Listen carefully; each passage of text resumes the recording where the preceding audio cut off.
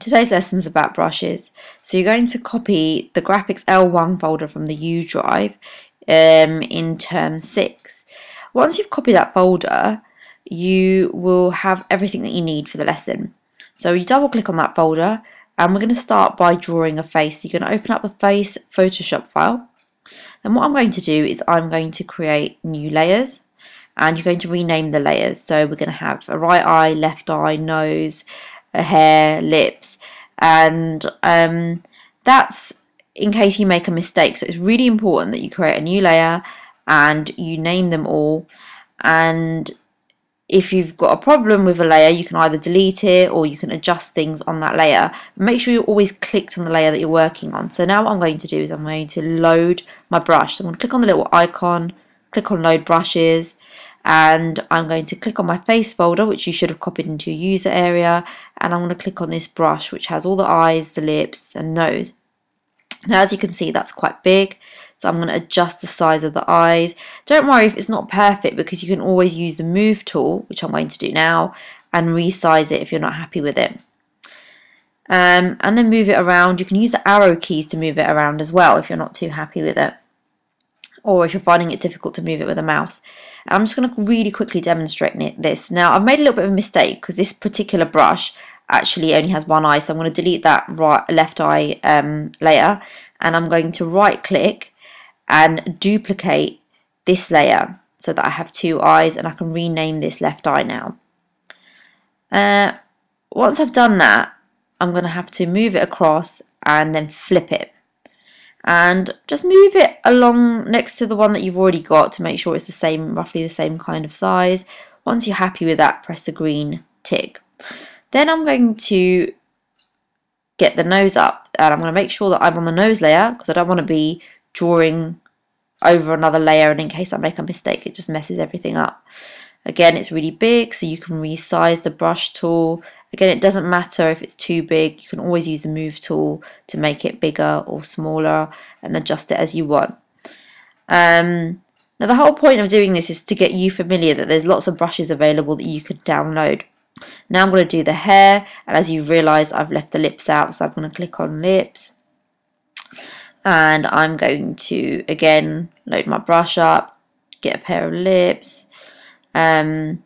Oh, let's look at these smiley ones. Oh, they look okay.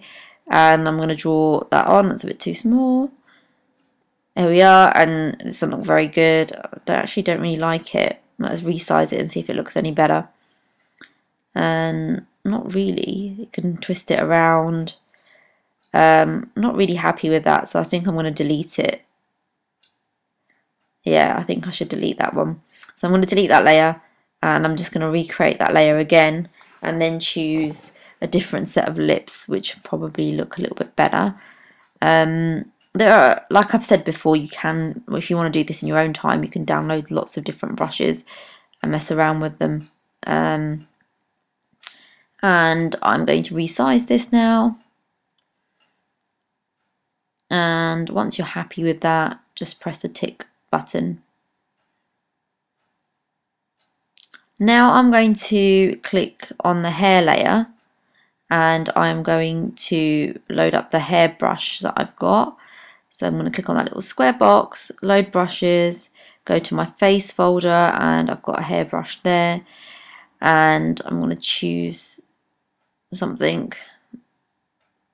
hairstyle that maybe I've always wanted that never dared to try out. Okay, here we are. That looks okay.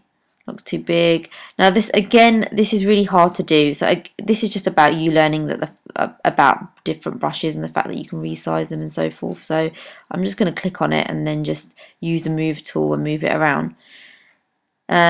Make it smaller. And as you can see, because I clicked on it and I've lost the top bit now of the hair, but I'm just going to quickly show you because this is just for demonstration purposes. So really I would have undone that and redone that hair layer again, but there we are. Once you're happy with that, just save it. Hopefully you'll spend maybe 5 more minutes than I have doing. Right, the second part of his lesson is about designing clothes. So what you're going to do, again, click on your graphics folder, and I've made a folder called clothing. And I've made a Photoshop file, and this is a black t-shirt. Now what I'm going to do, other than creating a new layer, is I'm going to use the magic wand tool, and I'm going to click on file and inverse, and I'm going to inverse that so you can see that the t-shirt is highlighted. Now I'm going to create two layers, front and back, because I want the designs to be different. Now what I'm going to do now is again load up some brushes. Now there are some JPEG images of the brushes, so you can have a little look at what they look like when you click on the brushes folder, so you can see that at the top there's some JPEG images to show you what those brushes look like before you start having a go. But I'm going to try this flowery design and see what this looks like. And I'm going to draw over, choose another colour, maybe like a burgundy kind of colour. And I'm going to change the size of the brush and draw on it. Now the reason why I've selected it is because if my brush goes over the t-shirt, because I've selected it with a magic wand tool, it's not going to go over onto the white bit of the image. Now I want to do the back bit. Now what I wanted to show you here is that you can actually go to brush settings and change the angle of your brush. You can actually change how much you want it to fade, and so you can experiment with that as well actually while you're actually making your t-shirt designs. And there we are, that's it really. Again, if you're not happy with it, you can delete it, rub it out, you can try putting different brushes on it. It's entirely up to you. You can try the design out with the white t-shirt as well if you want. And that is basically it, and make sure you save it and print screen it all into that Word document that I've created. Right, the third part of the lesson is designing some prints on dresses. Miss Burtonshaw's going to love this part of the lesson and teaching you this. Right, so I'm going to go to the clothing part and the dress. Now, this time I'm going to do it slightly differently because I want to show you some different things that we can do in Photoshop. So I'm going to inverse the layer, I'm going to create a new layer, but this time I'm actually going to fill that layer in and hide the background layer. We always leave the background layer in case we make a mistake. But I'm going to use a rubber tool. And again, I can load the brushes. The rubber tool is literally, it rubs things out, but you can actually put a pattern as a rubber tool. So I'm just going to choose a random one. There's some nice little bit of lace there. I'm not sure what this is going to look like, but so I'm just going to put this lacy pattern everywhere. There we are, so we can see that we're rubbing out bits of the dress. You're probably thinking, why is Miss Shake doing that? But it will all be clear to you in a little while. Now, if you think that you've rubbed out too much of the dress, you can always go back to the brush tool if you want, and then recolour it in. But I'm still going to carry on rubbing bits of this dress out. I haven't actually used this brush before, so let's see what happens. So now I'm going to click on the brush tool because I think I've rubbed a bit too much out there.